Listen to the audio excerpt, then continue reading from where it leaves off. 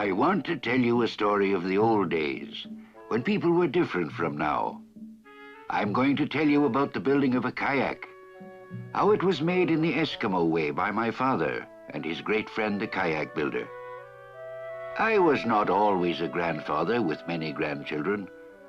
Some people think that old Tuktu never ran after the girls, but I also was young once, and I remember my father making this kayak as if it were only yesterday. The frame of a kayak was made of driftwood. Driftwood was of great value to us. It came from beyond the sea, some of it from strange lands where the sun always shines, or from whaling ships, or from ships sent by white men to look for Eskimos.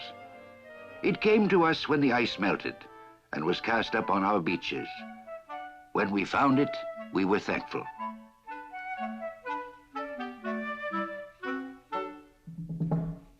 One day I was playing on the beach with a stick I had found. I remembered that my father had gone out early in the morning without a spear or a bow, or even his fishing lines. He is hunting with his bare hands, I thought. Surely my father is the greatest of all hunters. But I was filled with curiosity and wondered what he might catch without a fishing line, or what he might kill without a spear. Then I saw him far away along the beach. Every now and then he would pick something up. On his back I saw a bundle of driftwood. Then I knew why my father had left so early that morning. He is going to make something out of wood, I thought. This could be a great marvel, and I was filled with curiosity and excitement.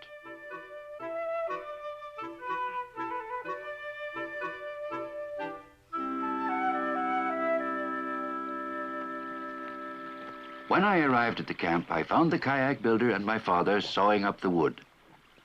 The saw was made of iron from a white man's ship. Said my father, "We are going to build a kayak." "Will it be our kayak?" I asked. "Yes," he said. "With it I shall hunt the caribou that swim in the bay. I shall float on the water like a duck. A kayak is a fine thing, and you, Tuktu, will see us build it. If you need a piece of wood of a certain length, you must often join two pieces together. Watch, Tuktu, how we do this with caribou thong. Then we make the join firm with wooden pegs. Watch how I make the holes for the pegs with a bow drill."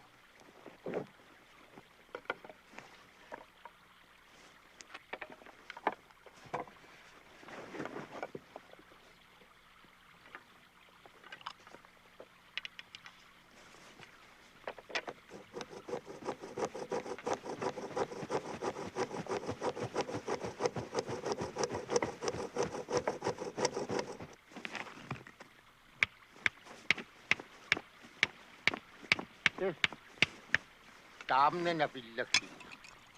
Apittukka. Like a pittukka.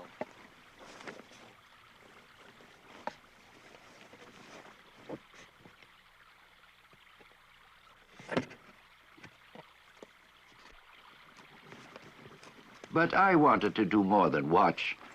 I wanted to use the bow drill myself and cut wood with a saw.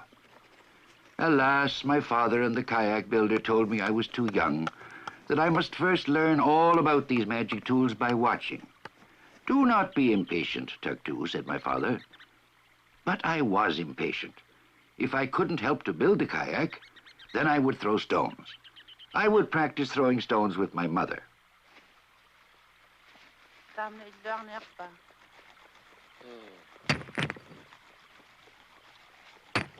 "Some people throw stones and make it hard to build a kayak," said my father. "Some people need useful work to do." Said my mother, "You must learn, Tuktu, that 3 people cannot always do things quicker than 2. Sometimes 2 people work more quickly. You will be more helpful if you watch carefully and learn how things are made. Then you will grow up and be clever at building a kayak."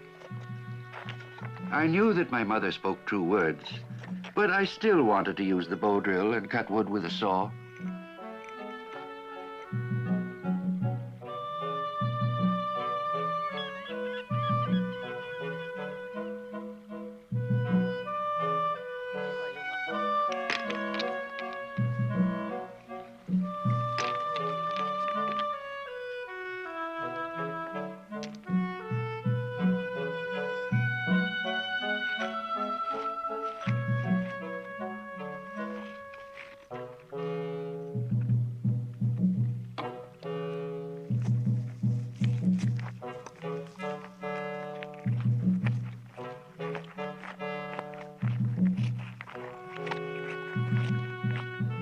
said my father, a kayak must have ribs.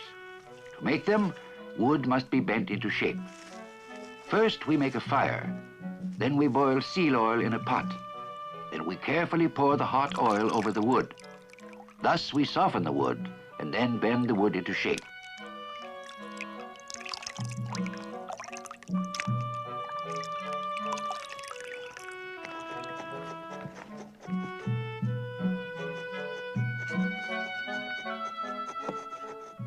I watched all these things even as my father told me. I saw the ribs bent and fitted cunningly to the frame. I saw how holes were made with the bow drill and how the ribs were lashed securely to the frame with caribou thong.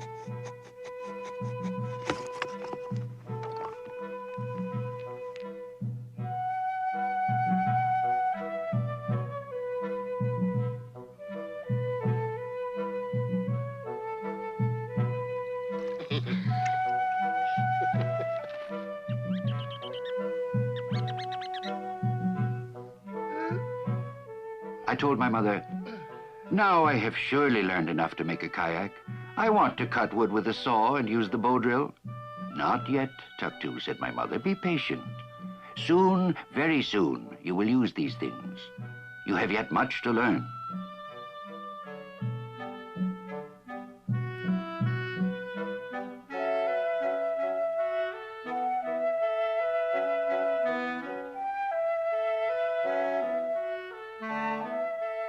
The frame was now ready for the keel strip.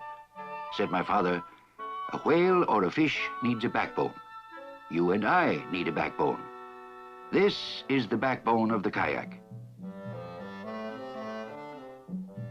Then I saw them give the kayak a backbone, saw them fasten it securely to the front and back of the frame and to the ribs. Our kayak will now be strong, said my father. And it was so.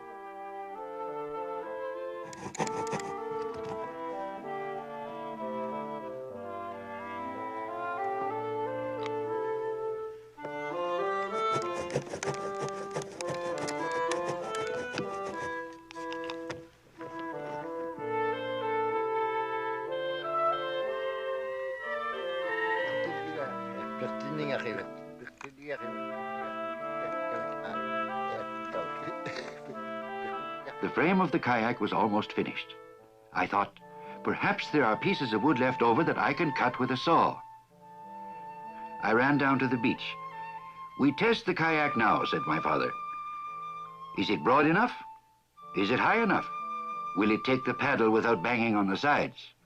Yes, I said, but I need some pieces of old wood to cut with a saw. But my father and the kayak man paid no attention. I would like to use the bow drill now, I said. But the kayak man only smiled, and my father said, this kayak is well made.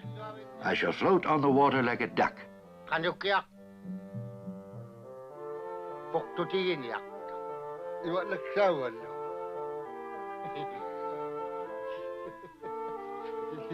Siyaw. Petitan nyoy. Petitan siyaw. Petitan nyoy.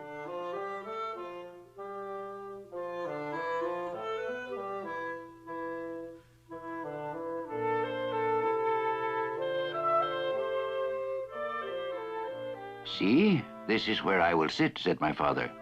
Watch how the work is done, Tuktu. Watch and learn. I am thankful, I said. I am happy to learn these things. I also would like to use the saw and the bow drill. And so you shall, said the kayak man, all in good time. For the present, our work is done. Now we must cover the frame with skin. For this, we need the help of a woman. Only a woman is skillful with the needle. Watch and learn, Tuktu.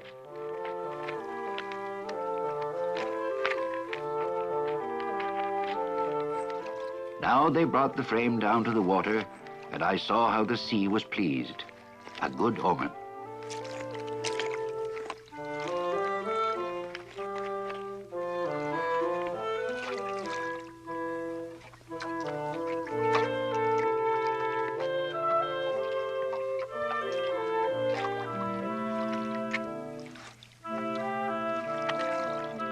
The frame, without the covering it was soon to receive, rode evenly and lightly. "It is good," said my father. "All is well."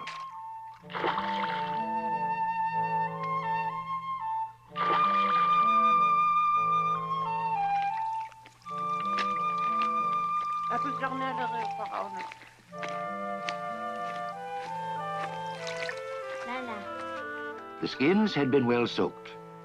"Bring them up," said the kayak builder. "The frame is now wet enough and ready for the covering."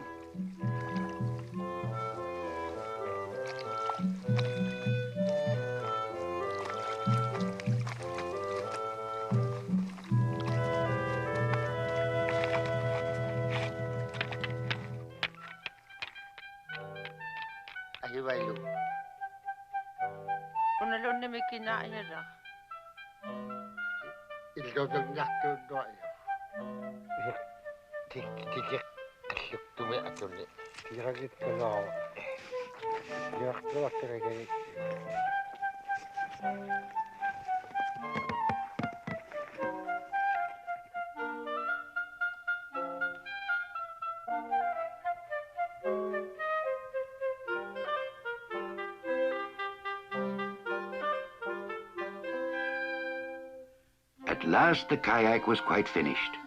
My heart was full of excitement. This was our kayak, and added greatly to my father's wealth. Now he would float like a duck and hunt the caribou, even as they swam across the water. I had watched and learned many useful things. I asked my father, "Will you let me cut wood with a saw and make holes with a bow drill?" "Yes, Tuktu, I will," he said. "But first we shall float the new kayak." Smiling, the kayak builder watched my father as he lifted the kayak and set it carefully in the water. "All is well," he said. "I am thankful." "I am also thankful," said my father. "Tuktu shall come with me on my first voyage."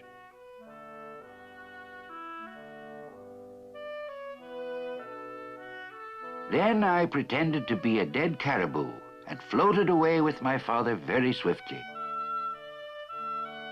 The kayak floated like a duck upon the waves.